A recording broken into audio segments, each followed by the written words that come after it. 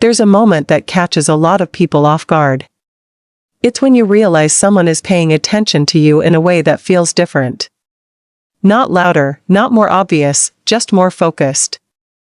They haven't said anything direct. Nothing has been declared. And yet, their attention keeps landing on you in small, specific ways that don't feel accidental. This is often the first internal shift people notice, and according to Dr. Sophia, that realization alone can change how the entire interaction feels. That's usually the first sign that attraction has already started long before it's ever admitted. Most people assume attraction begins with intention, with flirting, with clear signals. In reality, it often begins with attention, and attention tends to shift quietly. This quiet shift is easy to overlook because it doesn't announce itself. At first, it shows up in awareness. You don't mention being tired. You don't complain about your day, but somehow it's noticed anyway. Someone suggests switching seats because it's less drafty. Recommends food you didn't ask for. Adjusts the environment before you've even registered discomfort. These actions often happen automatically, without conscious planning, which is why they matter so much psychologically. On the surface, it looks like simple kindness. But there's a difference between being polite and being tuned in. When someone is tracking how your body feels, not just what you're saying, it means their focus has narrowed. Their attention is no longer spread evenly. It's anchored. That kind of awareness doesn't happen randomly. According to Dr. Sophia, sustained attention like this usually reflects an internal prioritization that the person may not even be fully aware of yet. And when it goes unacknowledged, it rarely fades. It tends to grow. As attention sharpens, memory starts to change. Small details stick. Casual remarks get remembered. Things you say in passing come back later. Not quoted directly, just referenced enough to let you know they stayed. You mentioned being busy lately. A few days later, you're asked whether things ever slowed down. You joke about finally having a free evening. It resurfaces as a question the next week. This repetition isn't accidental. It's how emotional relevance forms over time. What's being remembered isn't the information itself. It's you. That's when attention begins to move from the present moment into the future. Time starts to matter. Comments about being free don't stay casual. They're stored, revisited, gently tested, not directly, just enough to see whether space exists. This isn't about planning, it's about possibility.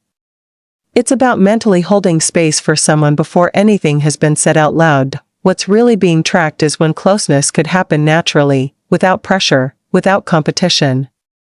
Moments when attention wouldn't have to fight for space. And this is usually when people start feeling uncertain. Because while the attention is clearly there, nothing is being said outright. So, it's easy to question it. After all, no one has crossed a line. No obvious move has been made. Everything is still deniable. Dr. Sophia often explains that this deniability is exactly what makes this stage emotionally intense, and then something subtle happens. Care starts to show up without being requested. Someone notices when your energy is off. When you seem distracted, when your posture changes, when you're quieter than usual. They offer small adjustments. Nothing dramatic, just enough to ease things slightly. These behaviors often come from empathy combined with growing attachment. At first, this can feel confusing. Why do they care this much? That question alone is often the answer. Because attention that turns into care signals emotional investment, even if it hasn't been labeled yet. And once care enters the picture, attention becomes more selective. You're no longer just part of the environment. You become a focal point. You notice it most when someone else enters the dynamic. A third person joins the conversation.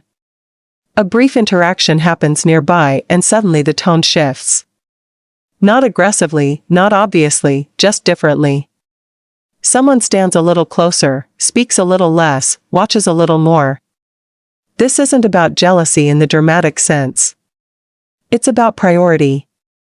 Attention tightens when it senses competition, especially when attraction hasn't been acknowledged yet, and instead of becoming clearer, things often grow quieter. This is where many people misinterpret what's happening. They assume attention fading means interest fading. But often it's the opposite. Attraction has reached a stage where expression feels risky, so it pauses or softens or pulls back slightly.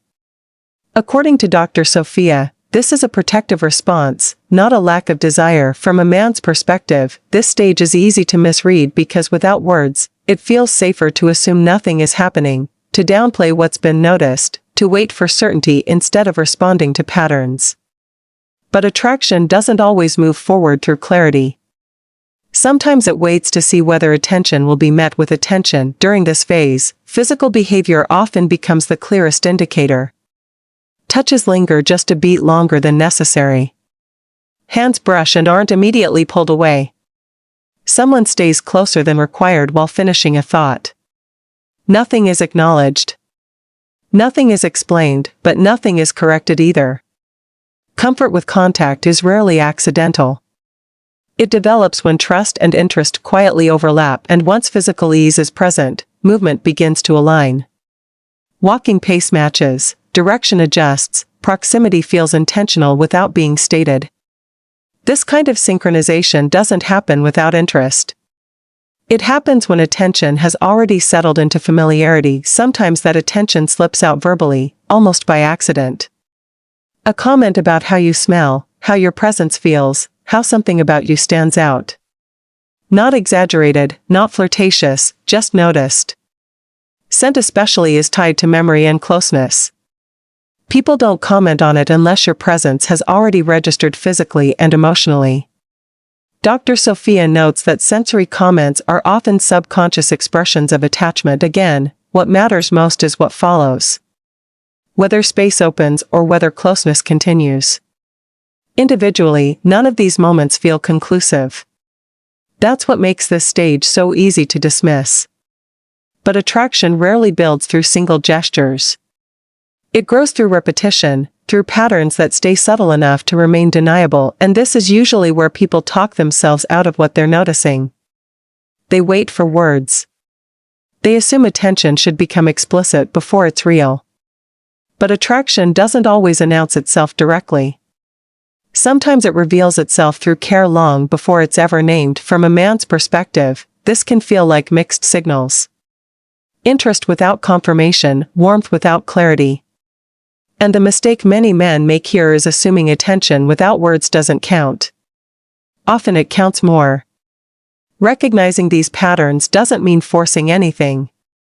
It simply means understanding when emotional investment has already begun quietly and deciding whether to engage with it or let it fade, because attention rarely stays neutral forever. It either deepens or it pulls away. And that shift is what usually determines what happens next. Once you start noticing how attention changes, the next thing that often appears is confusion, especially when care is there but clarity isn't. From a man's perspective, that confusion can feel like mixed signals that don't make sense. The next video breaks down why this happens so often, why attraction can pull back even when interest is real, and what's actually going on underneath, as explained by Dr. Sophia.